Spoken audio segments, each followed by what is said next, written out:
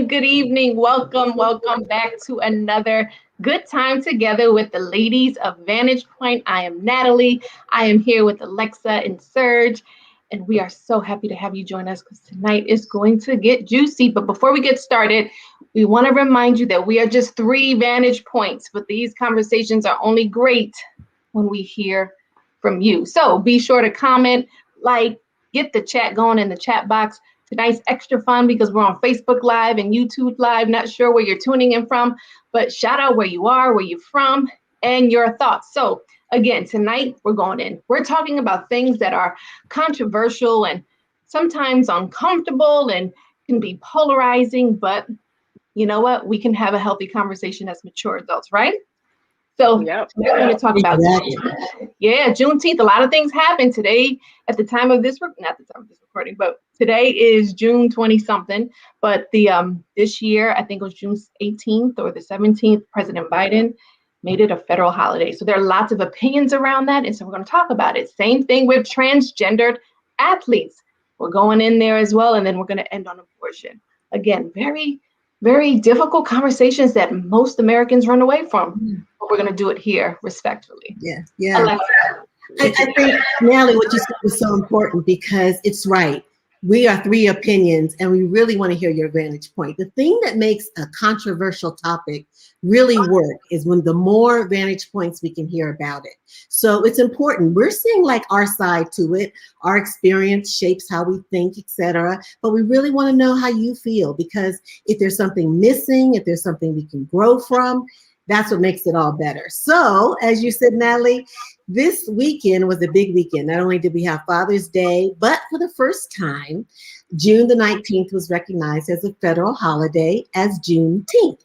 And if you don't know what that means, it's a combination of June and 19th, where officially the slaves in the, especially in the southern states, were actually freed, even though they were officially freed in 1862 and 63 with the Emancipation Proclamation.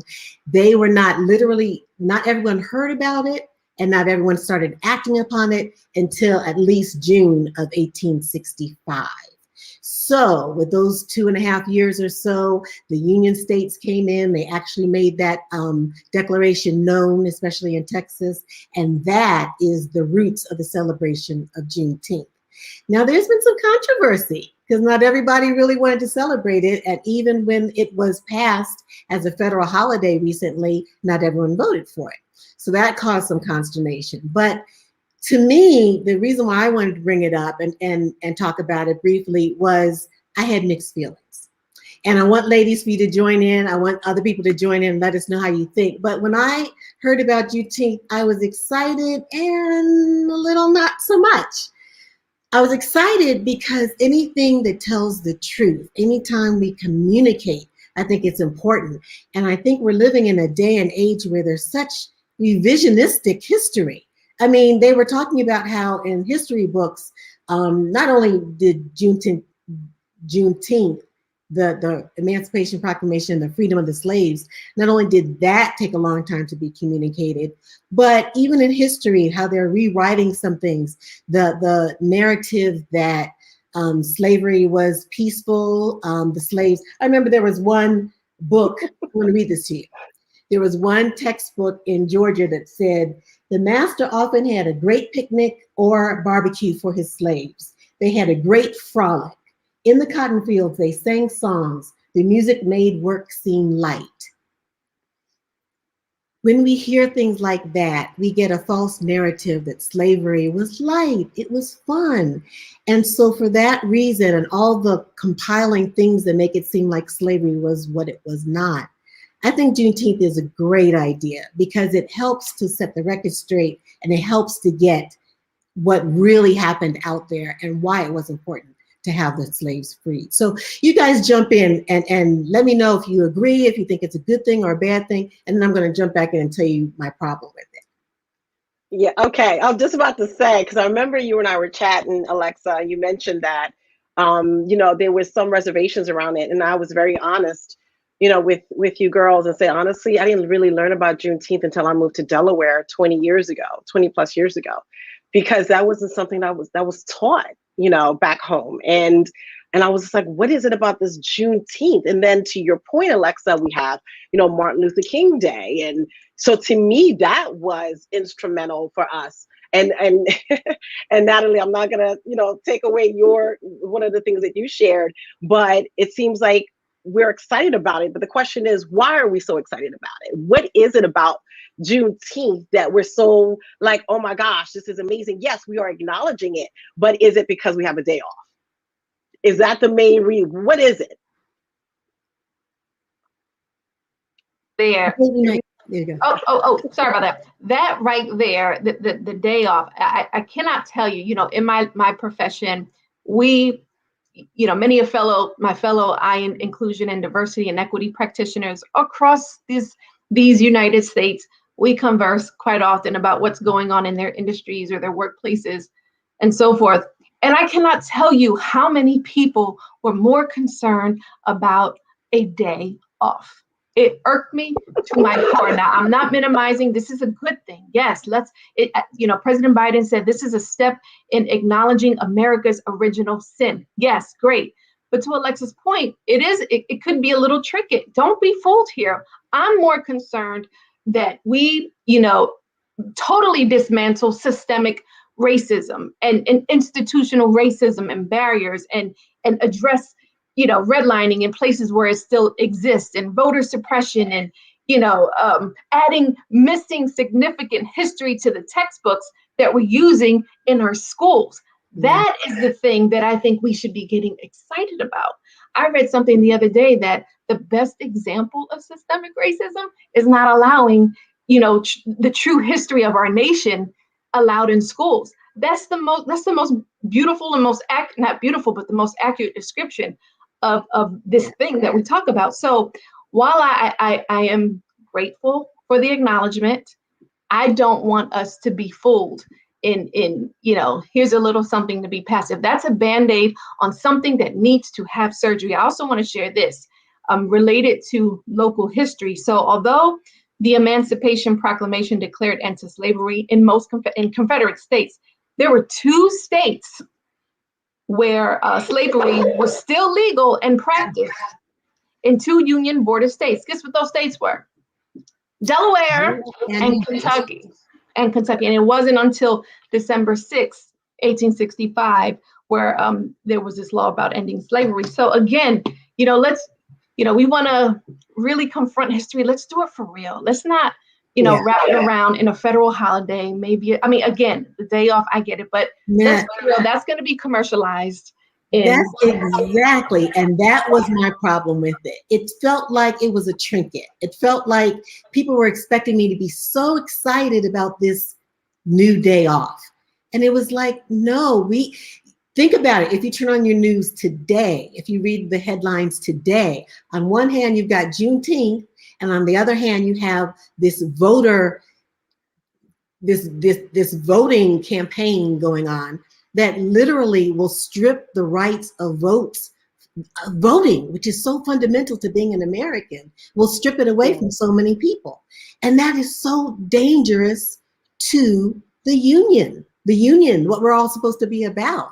And so this great American experience, this great American experiment that we're all involved in, it really rests on us being able to share our vantage point, for us each to be able to say something and to speak up and to vote. And so, as you just pointed out, and you delineated them so nicely, Natalie, those are the issues, the biggest issues, the gerrymandering, all that really affects us so deeply. And although I'm glad that we have Juneteenth, and I'm glad that it's recognized federally, it's a shadow. It's just a shadow of some of the bigger things. So anyway, we don't have to belabor the point, but that was my feeling on Juneteenth. And that's why I wanted to bring it up, especially because it's such a hot topic. It's so relevant going on right now. And I want to also bring in another topic that's really hot. We are talking about transgenders in athletics. And that's really important. I know, Serge, that's near and dear to your heart because you've got a daughter athlete. And so can you just tell us a little bit more about the research you found and what's going on? Yes. And just to kind of put this out there, this is something that is, like Alexa said, near and dear to my heart because my youngest is an athlete. She plays, basketball, varsity basketball. And There was a situation where we were talking about transgender women playing basketball. And first I was like, well, that's different. And my daughter brought this to my attention. She says it's an unfair advantage.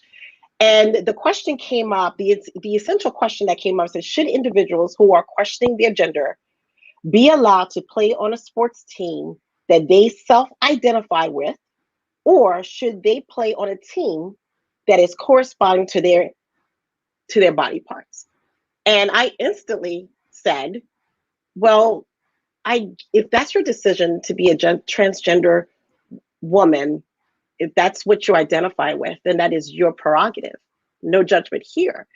But let's understand that when you make a decision to play women's basketball, it's an unfair advantage, because as a transgender, as a male transitioning, you have 40% greater muscle mass than a female. Mm-hmm.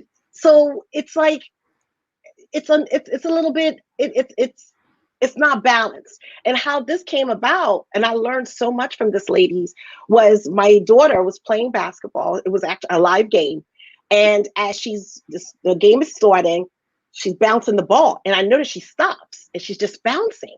And I'm thinking, what is she doing? Yeah. And everyone else is looking at her like, what are you doing? And she stops the game. And she says, this is a guy's ball. And it was like, no, it's not. Said this is a guy's ball. She was able to identify that because when she trains, she likes to train with other male basketball players. Why? She says, because they're faster than me, they're more aggressive, and their ball is bigger. So hold on, just to clarify a little bit. So you're saying that in sports, men play with a heavier basketball than women do? I did not know that. Yes, I did not know physically that they're playing with different equipment. Yes, it's because a male's hand is bigger. Right. So when you look at these NBA players, 6'5", 7", their hands are enormous. So their ball is heavier. They're inches bigger. Wow. So for a female, it's smaller. So my youngest daughter, she prefers to play with the guy's ball because she's playing with more aggression.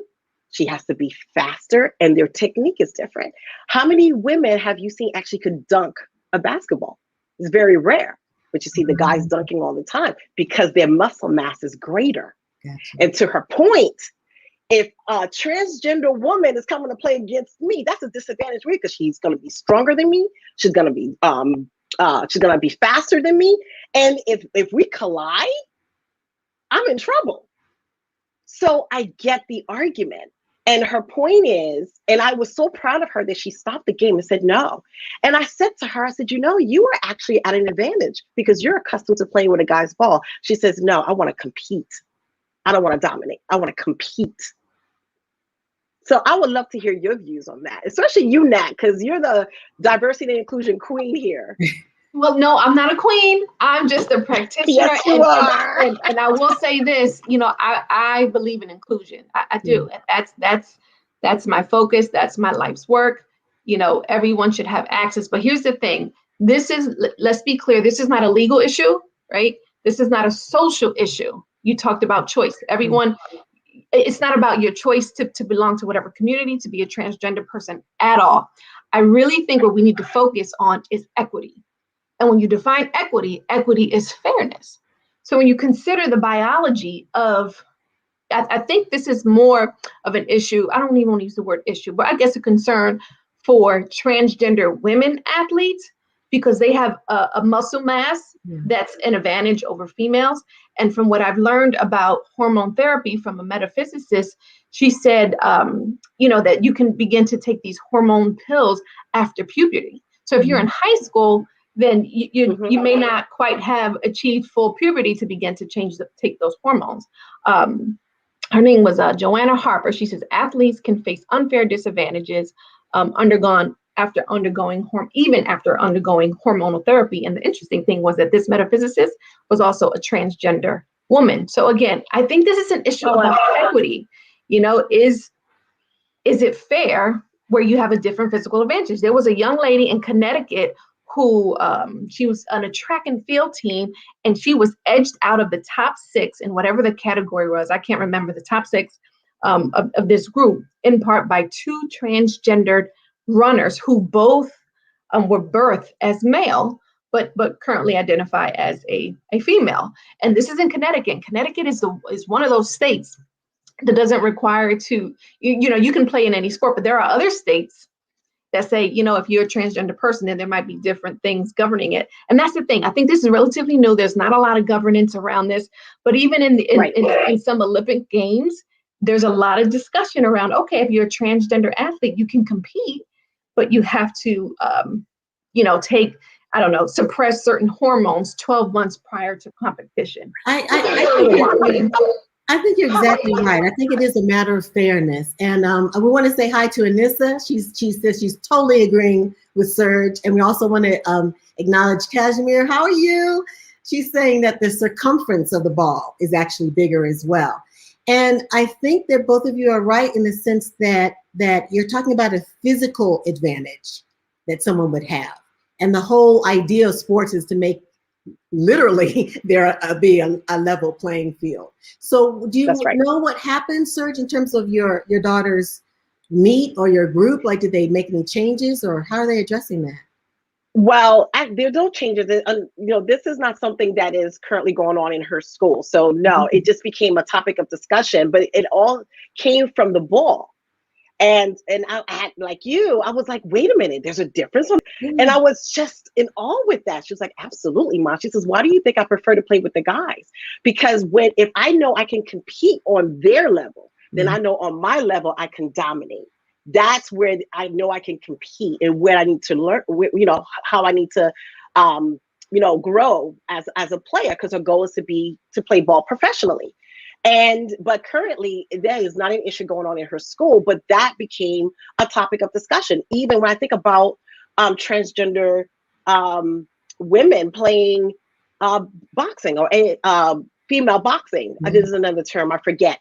Come on, I mean, even if you're taking hormones though, Nat, and maybe you can correct, I don't know if you know about this, they're still at an advantage, even with the suppression of your testosterone. They're still at an advantage. Science shows. So the metaphysicist said that there's still an advantage after the hormone therapy. But here's a thought that I have, and again, I don't have the solution to this, but I'm thinking about equity. I'm focusing on equity and not inclusion or exclusion. For me, this is an equity issue. Going to people who are living with disabilities, I like to call them a diverse ability or differently abled people. They have what's called the Special Olympics. There's an adjustment. There's different types of sports and gaming for people who identify as such. I don't know if there would ever be such a thing as transgender Olympics. I don't know, but I think what we are recognizing in having those Olympics is that people have different able bodies based on a certain identity, right? From having Special Olympics. So again, I don't know the solution to this, but I do know that there's a Special Olympics for this very reason. People are differently abled. They have different abled bodies. And I don't think it's any different here. That's exactly what I was thinking. I was thinking in the future that as long as we're grouping people according to likability, then that's going to make things fair. Well, that was kind of interesting. I also want to get in before we have to close this whole topic of abortion. Now, that's something that's coming right out of the headlines too, because I was looking today at how the Catholic Church, who has a very strong stance against abortion, is rallying their troops and in an effort to be more true to themselves and more true to their conservative roots, are saying that they might change the official rules and the guidelines of who's able to take Eucharist, which is the sacraments, the communion, and that would leave people, especially noteworthy figures like President Biden, who have come out in support of abortion rights. It would leave Catholics like that out of being able to take the Eucharist. So abortion rights is really in the news presently, as it practically is all the time. And I just wanted to kind of toss that out to you ladies as well. I know that we were talking about different aspects of abortion. And even I kind of want to get into a little bit like how we're thinking about it generationally, Because I know young people often are thinking about it a little bit differently than older people. Yeah, so with President Biden potentially being denied the elements, I'd say get your Triscuits. The other day I had my own elements via a Triscuit and a blueberry smoothie, and I had communion. But I think what you're nailing is the controversy. So sometimes we hear pro-life versus pro-choice, or anti-life versus anti-choice, or I hate women, or I hate babies. It's framed in so many ways. But in either way, you can't win, right? In none of these ways, we can win the argument. We know that most Americans, I'm talking about Americans, again, are polarized by this dilemma. And depending on the political or the pundit, right, wherever they are, I've seen all types of data. In fact, even preparing to talk about this, I can manipulate this to favor anything I wanted to. So let's start there, right? So this is really, really personal thought. There's other things that do influence our ideologies around abortion, or our thoughts, right? It could be our ideology, it could be our politics, it could be our personal experiences, right? But with all this rhetoric around it, what matters most is that our opinion is, I guess, framed around what's most important to us, and I guess, also facts. But that's kind of tough too, because we all have personal ideologies. I don't know. I have worked with many young people, and this isn't a young people solution or option. Let's say option, because it's not necessarily a solution, right? This is something that all women deal with, right? Or families. It's not just women who deal with it. Men often, sometimes, have to help make those decisions, and then sometimes don't. But again, it's never a fun decision to make. And so, we talked about the Plan B option, right? Is it contraception or is it an abortion? And kind of exploring what that is. So I just kind of want to read real quickly what the Plan B is, how it's defined. I have to shout out this really interesting pharmacist. He calls himself the Fresh Pharmacist on YouTube. So cool, totally cool guy, but he educates people on what it is. But the Plan B is one step. It's a type of morning after pill that can be used after unprotected sex to prevent pregnancy. And essentially, one of three things can happen. The first is it can prevent ovulation. Second, it can block fertilization. Or finally, it can keep a fertilized egg from implanting in the uterus. It just depends what happens. So, there's an egg. Sometimes sperm can live in you for up to 5 days. And if you have that perfect storm, poof, you have an embryo, right? We just don't know where you are in the process. What we know is that there are so many people using it as contraception, and others who are using it as an abortion. So my question to you ladies is, A, what are your thoughts on abortion in general? And B, the use of Plan B? Okay. Well, I'm a big advocate for pro-choice, period. At the end of the day, regardless if you're a Christian or not, it's your decision. Even God himself gave us the power to choose. And even though, there's so many negative thoughts and, discussions around abortion, at the end of the day, like you said, Natalie, it's entirely up to you. It's your decision. And as far as Plan B, I'm going to be very honest with you. I just learned recently what that is. I've heard of it. I didn't know that you can actually purchase this today. So that just goes to show you how disconnected I am. My children had to school me like, Mom, A, B, and C. And I was like, oh my. And then I also asked the question. I said, well, I know some people who don't believe in abortion, but they believe in Plan B. And to me, isn't that contradicting? I don't know. That's a question. I say, aren't you? Yeah. Isn't that something that you're saying? Okay, well, I'm taking Plan B just in case because I don't want to get pregnant. But if I am pregnant, that's I don't believe that we should have an abortion. So to me, it's an oxymoron, but to others, to a lot of females, it's not. So that's interesting. What are your thoughts around that? It's really interesting, especially when you say you were talking to younger people about it. I think that one of the core questions we have to ask ourselves in your decision of choice is, what do you think at what point do you think babies are created? And so if you're at the point, and this is my personal view, that inception begins when the egg is fertilized, then to me, that's a human being. And if that's a human being and you have some outside force, Plan B or any kind of other pharmaceutical, et cetera, that's going to end that entity, to me, that's ending life. And so to me, that is an abortion. So I agree. we need to kind of clarify. I think, anytime you have a discussion, it really helps to kind of clarify your points. And so for me, that's where life begins. Now, if you're thinking, oh, and I've heard people say life doesn't begin until 3 months, 6 months, et cetera, then your idea of what an abortion would be will slide. And then on top of that, your idea of whether abortion is good, morally bad, acceptable, et cetera, will change. So I think a lot of times we have to clarify those points. But the problem, another problem to me with Plan B, and Natalie, you hinted on this earlier, was physically, I think that it really should not be used as a contraceptive.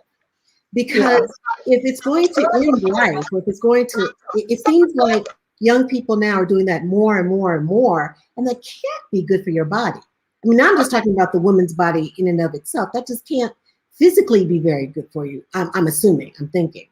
Right. I mean, I think with all things, you eat too much pork, that's probably not good for you either, right? So anything that you do too much of is bad. And I think this is totally anecdotal, that there's so many people using it way too frequently, right? Get a condom, get on birth control. There are other contraceptions that you can use. But here's the other thing I want to be clear on my stance. While I agree with the life, I also strongly agree that it is a personal choice. Mm-hmm.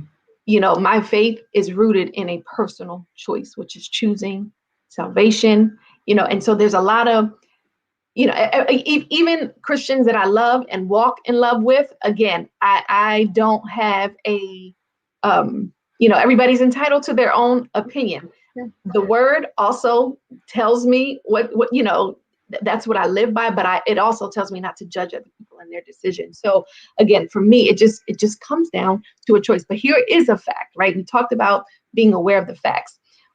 One thing's for sure is that the abortion rates have declined significantly as access to healthcare increases, access to sex education and family planning, and access to contraception. Right. So there's a whole other argument of people who say, what, I don't even want to talk about contraception because it seems like I'm endorsing, having sex. Well, sex isn't a bad thing, right? Especially if you're married. But again, so that everything is connected. It is okay to have an opinion that varies. But again, controversial topic. Controversial topic. Yes, and not to mention the men. Do men have a right in the process? That's right? Exactly where I was going next, Natalie, because when you think, no, seriously, I'm glad you brought that up, because when you think about men, when we're talking about having an abortion, I thought this for the longest time, and I've talked to men about it, who this is a very serious and troubling thing. They recognize, of course, that the woman is going to bear the brunt of this pregnancy.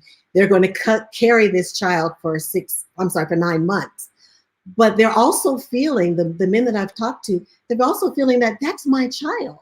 And I may not even be able to say anything about whether or not she should have an abortion because I don't want to tell her what to do with her body. But in essence, my child is trapped in her body with this decision. So that is rough. I would love to hear some men's opinion about that. But have you guys ever talked to men, or have you thought about, the ramifications for them? I've spoken with mothers who have sons who talk about that quite often, that my son should have a right in the decision. But speaking to men directly, I can't say that I have, but I do think they should, many women will say it's my body, it's my choice. But to your point, that embryo in there is half belongs to you. Yeah. Right. Yeah. So listen, moral of the story is, be careful how you're having sex, right? And be mindful of who you're laying down with. I'm sorry, Serge, go ahead. No, you're good, Nat, because I was going to say the same thing. I do believe that the male definitely has a say. Yes, it is her decision, her body, but it's also his decision as well. And I think that's one of the reasons why I love when you brought in sex education, Natalie, and how, the abortion rate has declined. And that's amazing. That's awesome, because it's definitely needed and it's working, right? But also stuff happens. And like you said, sex is a beautiful thing and sometimes things happen. But just be mindful who you're laying down with, because again, if you're going in with no protection, then you're, regardless if you plan it or not, there's a great possibility you might end up with a child. And that's where it's not about just my decision, it's our decision. He must weigh on it as well. I think you're so right, Serge. And I would just want to summarize and say that for all of the topics that we talked about today, there's always going to be personal choice. There's always going to be a personal opinion. And I want to just keep the dialogue open, because even if it's something that you totally disagree with, we don't want to come down so heavy-handed that we think or we communicate to the person that the person is wrong. You know what I mean? That just shuts down the conversation.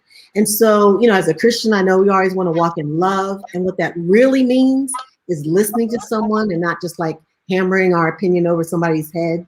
So I just want to say that I'm glad we're having these kind of controversial conversations. I think it's good for us. And I want the dialogue to continue. What do you think, Amanda? Yeah, listen, I think about one of my favorite thought leaders, James Baldwin. This is a quote that he says, we can disagree and still love each other unless your disagreement is rooted in my oppression and my denial and humanity and the right to exist. Right. So we can disagree and still love each other. Yeah. Agreed. I love it. This was a really great show, ladies. And I always say, walk in your truth. If that's what you want to do, that's your decision, whatever your belief in, and that's your truth, live it out. So once again, you've heard our vantage point. Thank you for everyone that actually took the time and joined our conversation, but we still want to hear from you. You heard our vantage point. We'd love to hear yours. Thank you.